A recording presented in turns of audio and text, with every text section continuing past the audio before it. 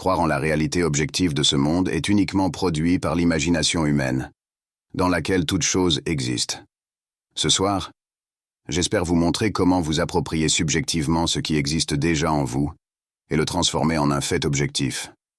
Votre vie n'est rien de plus que la représentation extérieure de votre activité imaginaire, car votre imagination se réalise dans ce que devient votre vie. L'année dernière, où Robert Frost était encore parmi nous, il a été interviewé par le magazine Life et a dit que nos pères fondateurs ne croyaient pas en l'avenir. Ils y croyaient de tout leur cœur. C'est vrai. Ayant rompu avec l'Angleterre, nos pères fondateurs auraient pu établir leur propre royauté ici, en faisant de l'un d'eux un roi, perpétuant ainsi une famille royale. Ils auraient pu choisir une forme de dictature, mais ils ont convenu d'imaginer une forme de gouvernement qui n'avait pas été essayée depuis l'époque des Grecs. La démocratie est la forme de gouvernement la plus difficile au monde, mais nos pères fondateurs ont accepté d'y croire fermement. Ils savaient que cela se réaliserait parce qu'ils connaissaient le pouvoir de la croyance. Le pouvoir que j'espère vous montrer ce soir. Dire « je vais être riche » ne le rendra pas réalité. Vous devez croire en la richesse en affirmant en vous-même « je suis riche ». Vous devez croire au présent, car le pouvoir actif et créatif que vous êtes est Dieu. Il est votre conscience, et Dieu seul agit et est. Son nom pour toujours est « je suis ». Par conséquent, il ne peut pas dire « je serai riche » ou « j'étais riche », mais « je suis riche ». Affirmez ce que vous voulez être conscient ici et maintenant, et bien que votre esprit raisonnable le nie et que vos sens le nient, si vous l'assumez avec conviction, votre activité intérieure, établie et perpétuée, se manifestera dans le monde extérieur, qui n'est rien de plus que votre activité imaginaire objectivée. Essayez de changer une circonstance de votre vie avant de changer son activité imaginaire. C'est travailler en vain. Cela, je le sais par expérience. J'avais un ami qui détestait Roosevelt, mais voulait qu'il change. Chaque matin, en se rasant, mon ami critiquait Roosevelt. Il trouvait une grande joie et satisfaction dans sa routine quotidienne, mais ne comprenait pas pourquoi Roosevelt restait le même. Mais je vous le dis, si vous voulez que quelqu'un change, vous devez changer votre activité imaginaire, car elle est la seule cause de votre vie. Et vous pouvez croire à tout, si vous n'acceptez pas les faits dictés par vos sens, car rien n'est impossible à imaginer. Et l'imagination, persistée et crue, créera sa propre réalité. Maintenant, toutes les choses existent en Dieu, et il existe en vous, et vous existez en lui. Votre corps éternel est l'imagination humaine, et c'est Dieu lui-même. Votre imagination est un corps réel dans lequel tout est contenu. Lorsque vous imaginez, la chose elle-même sort de ce corps divin, Jéhovah. L'histoire de Jésus est un merveilleux mystère qui ne peut être résolu jusqu'à ce que vous découvriez par expérience qu'il est votre propre imagination humaine merveilleuse. On nous dit que Dieu parle à l'homme dans un rêve et se dévoile dans une vision. Maintenant, une vision est un rêve éveillé comme cette pièce, tandis qu'un rêve se produit lorsque vous n'êtes pas complètement éveillé. Il y a quelques années, cette vision était la mienne. J'ai été emporté en esprit dans l'une des premières demeures sur la 5e avenue à New York, au tournant du siècle. En entrant, j'ai vu que 3 générations étaient présentes, et j'ai entendu le plus âgé raconter aux autres le secret de leur grand-père. Voici ces paroles. Grand-père disait souvent, en se tenant sur un terrain vide, « Je me souviens quand c'était un terrain vide. » Puis, il peignait un tableau de ce qu'il voulait y construire. Il le voyait vivement dans son esprit tandis qu'il parlait. Et avec le temps, cela se concrétisait. Il a traversé la vie de cette manière, réalisant objectivement ce qu'il avait d'abord revendiqué subjectivement. Ici, nous voyons que la parole de Dieu est une activité imaginaire qui, unie par la foi, a créé le monde. Et la foi n'est rien de plus qu'une appropriation subjective d'un espoir objectif. Maintenant, lorsque vous discutez de votre désir avec moi, vous ne pouvez pas voir mon acte imaginaire relatif à vous. Si vous me dites que vous avez besoin d'un emploi et que j'accepte cette pensée, Lorsque je pense à vous, je me souviens de votre besoin. Mais si je changeais vos paroles, et vous entendez me dire que vous aimez votre travail, je pourrais me souvenir de quand vous en aviez besoin, car maintenant mon cerveau de la mémoire contient le fait que vous avez un travail que vous aimez beaucoup. Et lorsque nous nous reverrons, vous me direz que vous l'avez. Vous ne faites que confirmer mon acte créatif imaginaire. Maintenant, si l'imagination fonctionne ainsi et qu'elle prouve son efficacité à l'épreuve maintes et maintes fois, qu'importe ce que pense le monde, cela ne vous coûte rien d'essayer.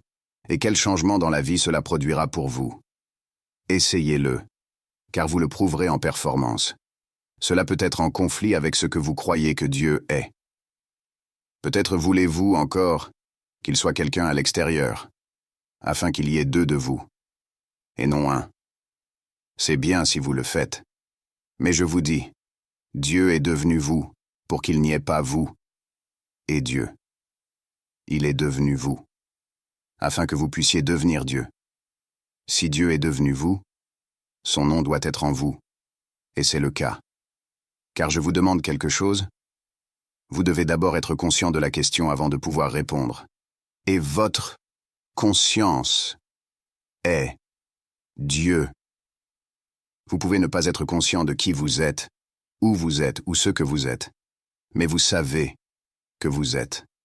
Conscient de ce que vos sens et votre raison dictent, vous pouvez croire que vous êtes limité, non désiré, ignoré et maltraité. Et votre monde conforme votre croyance à votre activité imaginaire. Et si vous ne savez pas que votre conscience cause ce traitement, vous blâmerez tout le monde, sauf vous-même. Pourtant, je vous dis que la seule cause des phénomènes de la vie est une activité imaginaire. Il n'y a pas d'autre cause. Si vous croyez aux horreurs du monde telles qu'elles vous sont présentées dans les journaux et à la télévision, votre croyance perpétue les horreurs. En croyant à la nouvelle d'une pénurie, vous achèterez ce dont vous n'avez pas besoin, acceptant aveuglément la pression pour perpétuer une activité imaginaire qui vous maintient effrayé.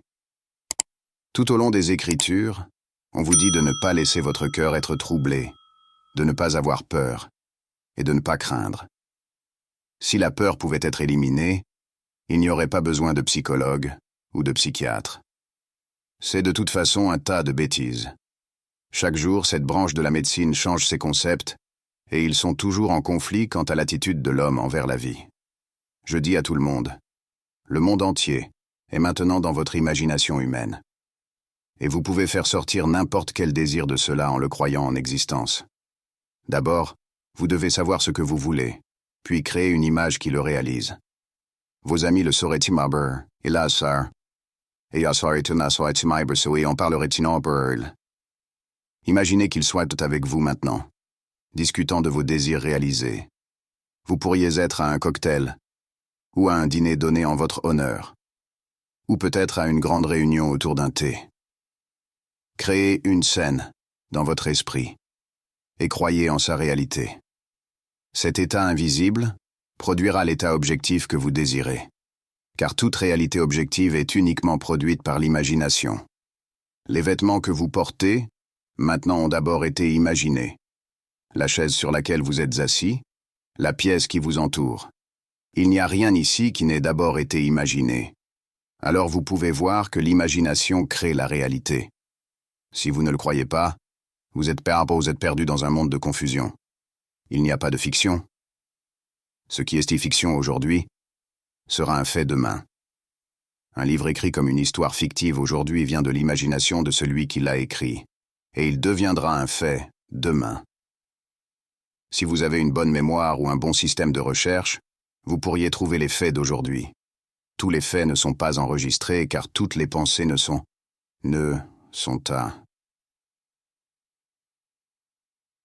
pas écrites. Pourtant, chaque personne imagine. Un homme se sentant injustement emprisonné et désirant se venger troublera le monde, car toute chose par un mensonge divin se mêle les unes aux autres. Vous ne pouvez pas arrêter la force qui vient de celui qui imagine, car derrière le masque qu'il porte, vous et lui êtes un. Commencez maintenant à devenir conscient de ce que vous pensez, car en pensant, vous imaginez. Alors seulement, vous pouvez diriger un vrai cours vers votre fin définie. Si vous perdez de vue la fin, cependant, vous pouvez et serez déplacé par d'apparents autres.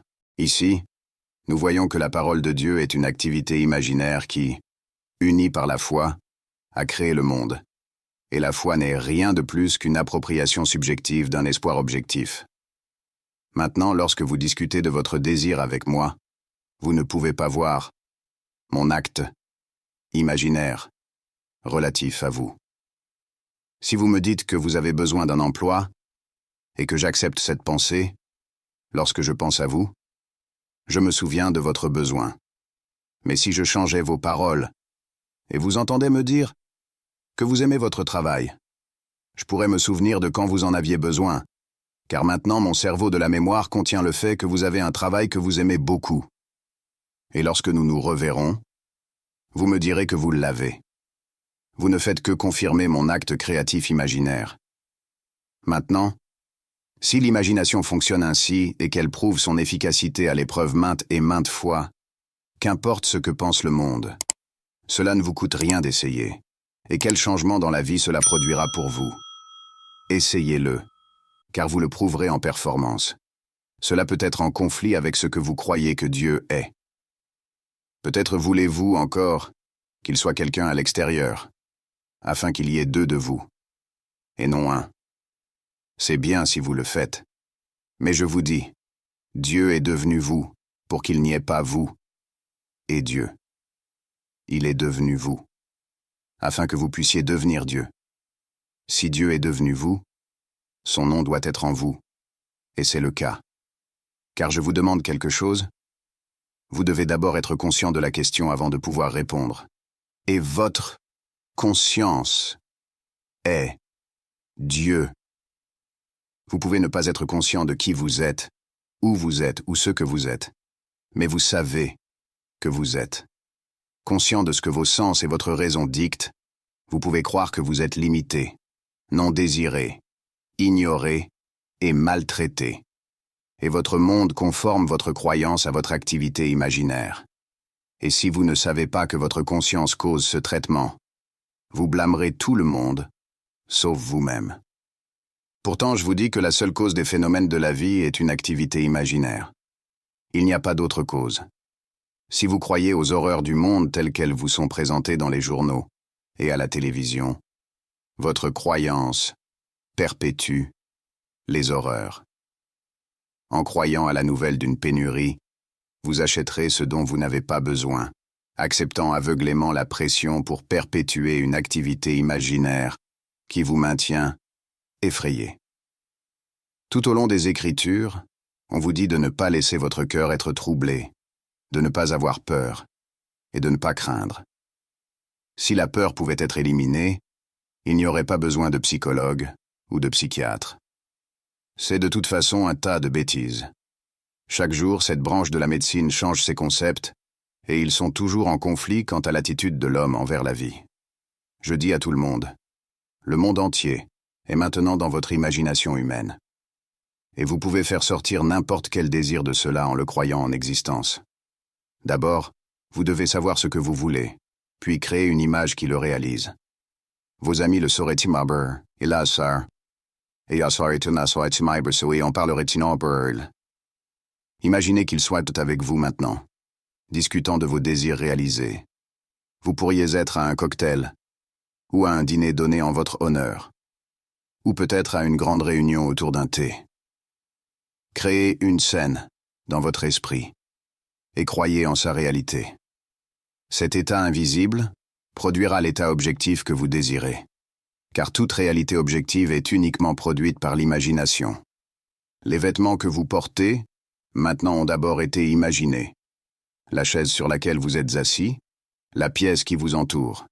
Il n'y a rien ici qui n'ait d'abord été imaginé. Alors vous pouvez voir que l'imagination crée la réalité. Si vous ne le croyez pas, vous êtes perdu dans un monde de confusion. Il n'y a pas de fiction. Ce qui est fiction aujourd'hui sera un fait demain. Un livre écrit comme une histoire fictive aujourd'hui vient de l'imagination de celui qui l'a écrit, et il deviendra un fait demain. Si vous avez une bonne mémoire ou un bon système de recherche, vous pourriez trouver les faits d'aujourd'hui. Tous les faits ne sont pas enregistrés car toutes les pensées ne sont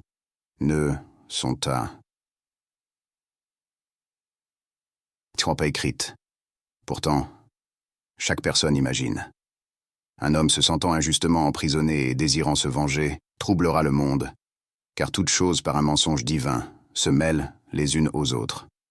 Vous ne pouvez pas arrêter la force qui vient de celui qui imagine, car derrière le masque qu'il porte, vous et lui êtes un. Commencez maintenant à devenir conscient de ce que vous pensez, car en pensant, vous imaginez. Alors seulement, vous pouvez diriger un vrai cours vers votre fin définie. Si vous perdez de vue la fin, cependant, vous pouvez et serez déplacé par d'apparents autres.